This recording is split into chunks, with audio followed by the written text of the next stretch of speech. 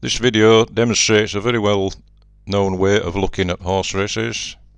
In handicap races, as you know, all runners are weighted to dead heat at the winning post. And in non-handicap races, they are not weighted to dead heat at the winning post. So how can we work out which horses are best in at the weights in non-handicap races? This video describes two best in at the weights spreadsheets. One has weights in stones and pounds, as in the UK and Ireland. The other spreadsheet has weights in kilograms, as in other countries such as Australia and Hong Kong. Later in the video we'll look at 6 races that I use as a demonstration to show what happens when you use the sheets in a live situation.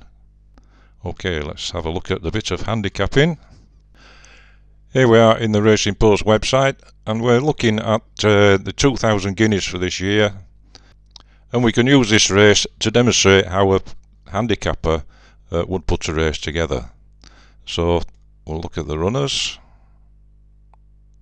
Let's get the top view up, and you can see of course that they're all carrying 9 stone, and just below their weight is their official rating. So Pinatubo's on 128. Some of the runners have no rating at all at the moment, and you see Kamiko there, he's got a rating of 118. So we can put those together as a handicapper might construct his race. So we'll get the spreadsheet up. I put the top few names in there, down as far as threat at the bottom down there, look. There are a lot of runners in this race, so we'll just use the top few. And the handicapper would take the top rated horse, which in this case is Pinatubo on 128, and it will put him into his race. So there's his weight and his rating.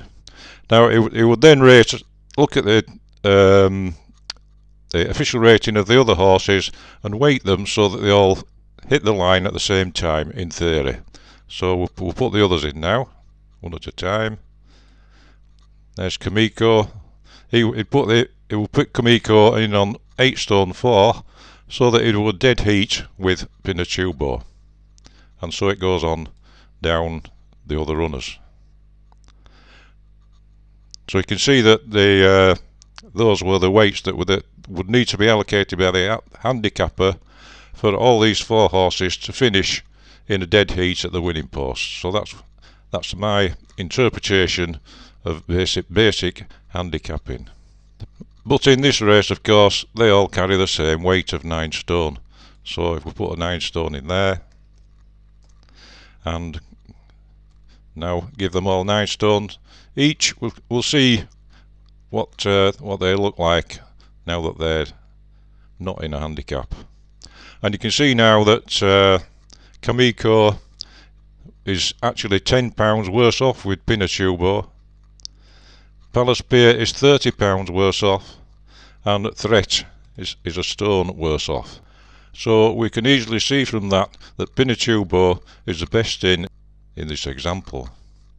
Now this column here, we've ranked those figures there, so we can see that Pinatubo should finish first at these weights, Kamiko second, Palace Pier 4th, and Threat should finish 3rd. That's if they all run to their official rating handicap mark. All very simple. Of course there are other conditions races where horses don't all carry the same weight, so we'll have a look at 1 or 2 of those. And before we look at that, we'll see what this cell here does. If you want to lay some horses, you might want to pick them out easily, so you can set this to look at the ranks and light up your horses for you. If you wanted to lay any horse ranked bigger than 2, put that in there, and there they are, they light up for you. So that's ranked 4, and that one is ranked 3. The pink one is the worst rank in the race. That's the horse that is worst in at the weights, is the pink one. Okay, so let's look at some races. To demonstrate what you might get out of these sheets, we'll look at some races that you've probably been familiar with.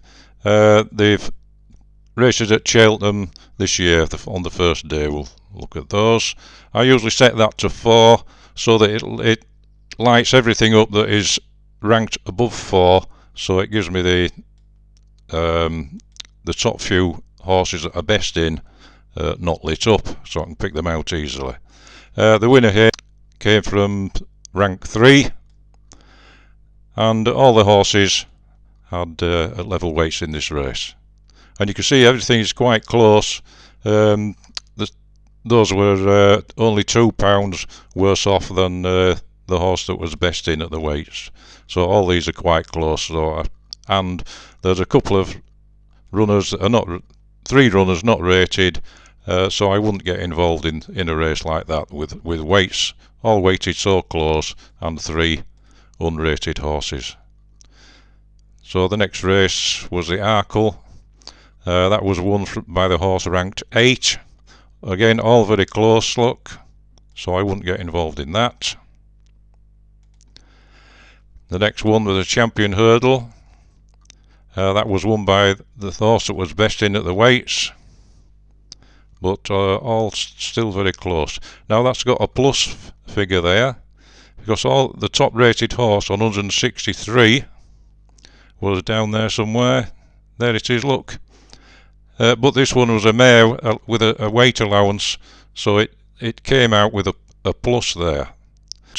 So that is £3 better in than the top rated horse, and compared to that one it is £9 better off, because that one is -6 compared to the top rated horse, but the one that is best in is another £3 on top of that, so that is £9 better in than Pentland Hills, and it's £7 better in than the next horse down. So if you see a plus, just add that on to the minus, and you can see how the handicap goes then. And just to finish off, we'll look at the last 2 races. Oh, that one was won from rank 1. The next one was won from rank 2, and the last race was ranked 5. Okay, so that's what you might get out of something like this. In some races you can get a horse that really stands out, that looks really well in at the weights. We'll just have a look at one of those. Now this is a copy of the other sheet that uses kilograms, and you can see, looking at the handicap down there, you can see straight away that there are some massive numbers there, but the horse that is best in is on 0. So it's 28 points clear of that horse, at 30 points clear of that horse. Now a horse like that, they don't always win, but that one did, and they're certainly worth following if they've got so much in hand. There's my note there, look. A 1-horse race by near enough 2 stones, and way ahead on prize money as well. That's the note I put in there.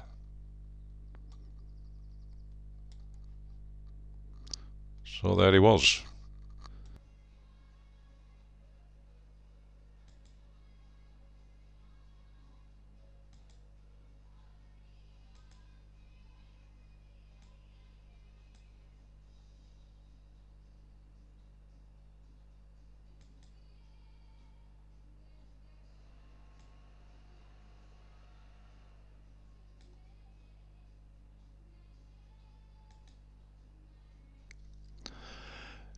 Here we are in the RaceNet website. This is racenet.com.au, the website that I use for looking at Australian racing. Click on Fields and Form there, and it will bring up all the races for you. These are for tomorrow, Saturday. Today is Friday, the 17th of April. And you can mouse over the top of these and it'll show you what kind of races you've got. So if you look at that, for instance, that's a maiden. I'm not interested in that one. And that's a handicap. All these, I'm not interested in those. They're handicaps, and That one's a bit of a cup there, but I've had a look through these before, and where we're going is this that race there, and then we're going down to Morfettville, a race down there somewhere. There, handicaps. Look, handicaps, and there's a race here somewhere, and but the main race is tomorrow morning.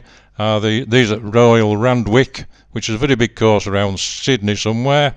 There's a stakes race there. Look, a Group 3. And a Group 3 there, and a Group 1 there for 2-year-olds. I'm not interested in 2-year-olds. And a Group 3 there, and a Group 1 there. That's the big race of the day there. And then it goes, there's another stakes race there, and it goes on to a handicap. Well, I've had a look at all these, and I've come up with about maybe half a dozen that I'll be looking at overnight. Okay, so let's go to the first race. And the first race that I came up with that I was interested in was race 2 at Caulfield, which is a fillies and mares race, as you can see there. Bring it up. And here we have, look, if you look, there's the weights, look, 59 kilograms and 59, 59, 59, 57, 57. So there's different weights in this one. So those are your weights, just after the trainer and the jockey, all the way down. And those are the ratings there, 94, 80, 80, 78. So we put those in the spreadsheet. Get the spreadsheet up at the same. I won't waste your time by showing you how I type them in, but get them up side by side. There's the website, here's the spreadsheet. Type them in there. And type those in there, and have a look at the ratings, see what you think of them. We can see that we've got Twitchy Frank there. This is a fillies and mares race, but this one's called Twitchy Frank for some reason, which is very interesting. And you can see that's on 0. It's the top rated horse. That's the top rated number there. That's on 94. This is Twitchy Frank. And the next one, number 2, rank 2, is -9, which is a good difference. And all the others are -13 or bigger. So it's just quite a good difference there. But these ratings are not massive. These are not world beaters here. I put I put my comments in here. So I put this looks like a 2-horse race. We've got one on rank 1 on 0, and the next one is on 9, and all the others are in double figures. So it looks like a bit of a 2-horse race. But the official ratings are down below 100, so these are not world beaters we're looking at here. So to convince myself a bit more, I put the value of the races, prize money that the horses had been winning, just to see what they'd been doing. You can get those there, look. So Twitchy Frank has won $500,000, and the next one down, Pure Scott, has won £436,000. So there you get a good idea of what they've been, some idea of what they've been doing. And then there's the forecast odds there in dollars there. So they are over on this. How can I get that there? Just a moment. There we are. So here's Twitchy Frank, look. There's he's on 2.7 at the moment. So you get these forecast odds in dollars. Just think of them as Betfair odds, and they are actually bookie odds in Australia, I believe. But pretty much like Betfair odds. Okay, so that's the first race I looked at. So that was one that I was interested in, was Twitchy Frank. So you can see how that goes. Now another race was the well, the next one was Ruby Saki, which was my old mate Ruby Saki in race 3 at Randwick. Now Ruby Saki won for me maybe a couple of weeks ago, and is actually on looking for a 6-timer. This is another fillies. This is a 7 furlongs. Divide that by 2. That gives you 14 divided by 2 is 7. So it's about 7 furlongs. Group 3. 3-year-old fillies, set weights and penalties, and it's a Group 3. So again, the ratings are not over 100, so something could certainly come out of the pack and beat Ruby Saki. There's Ruby Saki there.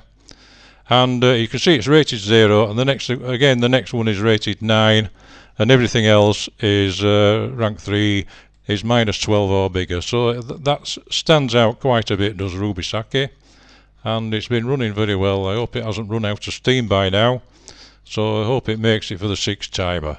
And again, I've put this looks like a 2-horse race between Ruby Saki and Akari. Now I put the draw in here because it's 7 furlongs, and there'll be at least one bend to negotiate there, and Ruby Saki is drawn quite close to the rails, and Akari is in stall 4. Now it might have escaped your notice that I've got all my sheets set to 4 there, so anything that's rated 4 or bigger is in pink. So that's rated, that's ranked 9, and these are ranked 6, 6, 8 and 10. Now the biggest rank is always in bright pink there, so if you're looking for something to lay, look at that one and work your way down. What else is there? Right, well, on to the next race. Now the next race was Randwick race 4, and again we've got Quick Thinker here. Now this one won the Derby a couple of weeks ago, or last time out anyway, the Australian Derby, and that's over 2400 metres, so divide that again by 2 and you come up with 12 furlongs, which is a mile and a half. But this is, divide that by 2, that's 20 divided by 2, so it's 10 furlongs, so it's a couple of furlongs shorter. And in the write-up he had quite a hard race. Now you see I put the prize money in again down there for these runners, and because he won that big race he's won $1 million, whereas the next one down has won 400,000 and 145k. So that again gives you some idea of what he's been doing, but that is a one race that's boosted his prize money right up, and of course his rating as well, I should imagine. So there are some doubts about this, and don't forget it's autumn in Australia at the moment. So that's, if things go wrong here tonight, maybe the wet weather that they've been having recently is my get-out excuse for things losing. Anyway, fingers crossed that everything goes okay. So those are my 3 runners for tomorrow's racing: Twitchy Frank, Ruby Saki and Quick Thinker. Now there were 3 other races that I was interested in just for the hell of it, but you can see I've put this one in. This is race 6 at Morfettville, and this is a 5.5 furlong Group 3. Well, I don't like to deal with this in sprints, so you divide 11 by 2 and you get 5.5 furlongs. And you can see these are all a bit closer. That's on 0, next one's on 4, then there's 8, so there's not a lot in those. But the betting fancied these odds here, fancied rank 1 and rank 2. But this is a 5.5 furlong dash.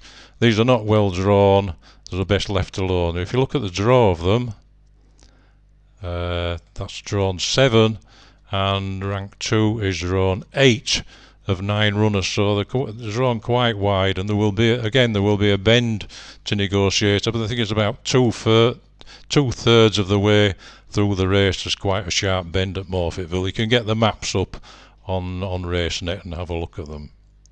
So that's what put me off that one, was the draw as well. Okay, so there's a couple of factors there.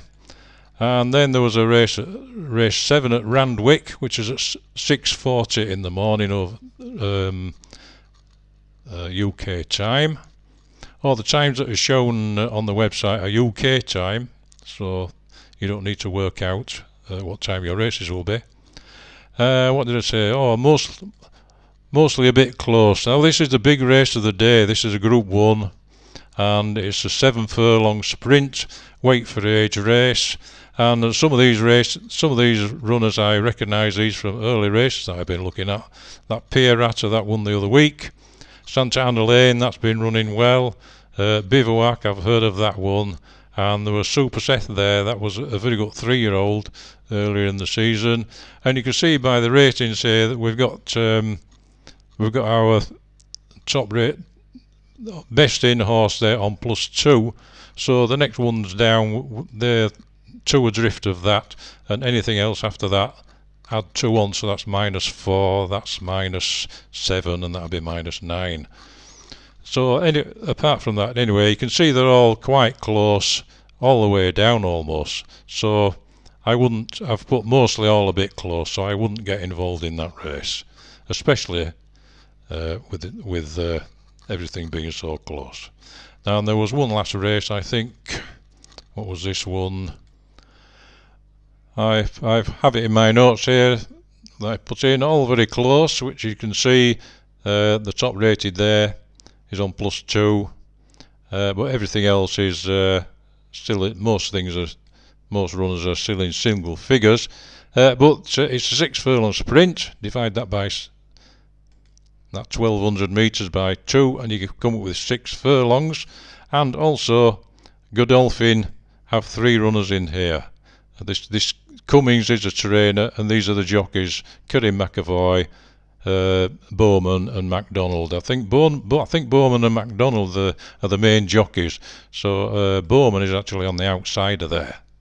So I didn't like the look of the ratings, and 3 Godolphin runners means to me, from what I've seen in the past over there, that they're after winning this race. So which one of those is going to win, I've no idea. So for me, that's a no-goer. I'll just watch that one. Okay, so those are my races. I'll just give it a quick flick through them at the bottom here. You can see the tabs along the bottom. Got 14 there, which was Twitchy Frank. Then we've got Ruby Sake, and Ruby Sake actually won for me the other week, so I'll just show you the previous race for that. Anyway, Ruby Sake is on exactly the same rating. Look, he's on the same weight and the same rating as 57 kilograms and 96. Sorry, it's a lady, not a fella. And the other race, 57, 96. So he's on exactly the same weight and the same rating as it won from in a week or 2 ago. So there we are. Look, so if you can reproduce that run, hopefully it might take this race as well tomorrow. Okay, so we'll come back and see what happens in the morning. Right, we can have a look at the results now. This is the first race at 10 to 4 in the morning at Caulfield. The odds are from the bookie site. I didn't get up at that time in the morning. Right, the next race, so that was ranked 2. Ruby Sake won the second race. Those are his Betfair odds. Sorry, her Betfair odds. The third race was won by one of the outsiders. So there's an example here of a horse that looked really well in at the weights, but it didn't manage to win.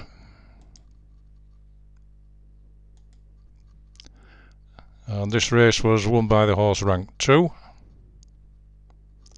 And we had that labelled as possibly a 2-horse race. That was won by horse ranked 9. The big race of the day.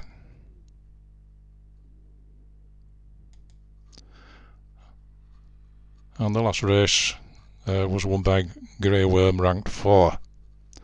And one of the Godolphin horses ran 2nd and 3rd. Okay, so I hope that gives you some idea of the potential of looking at weight in condition races. Just to finish off, I've come back to my Cheltenham file with my Cheltenham races in. So you may be wondering what happened to the rest of the meeting, doing this with the weights. So we'll have a look.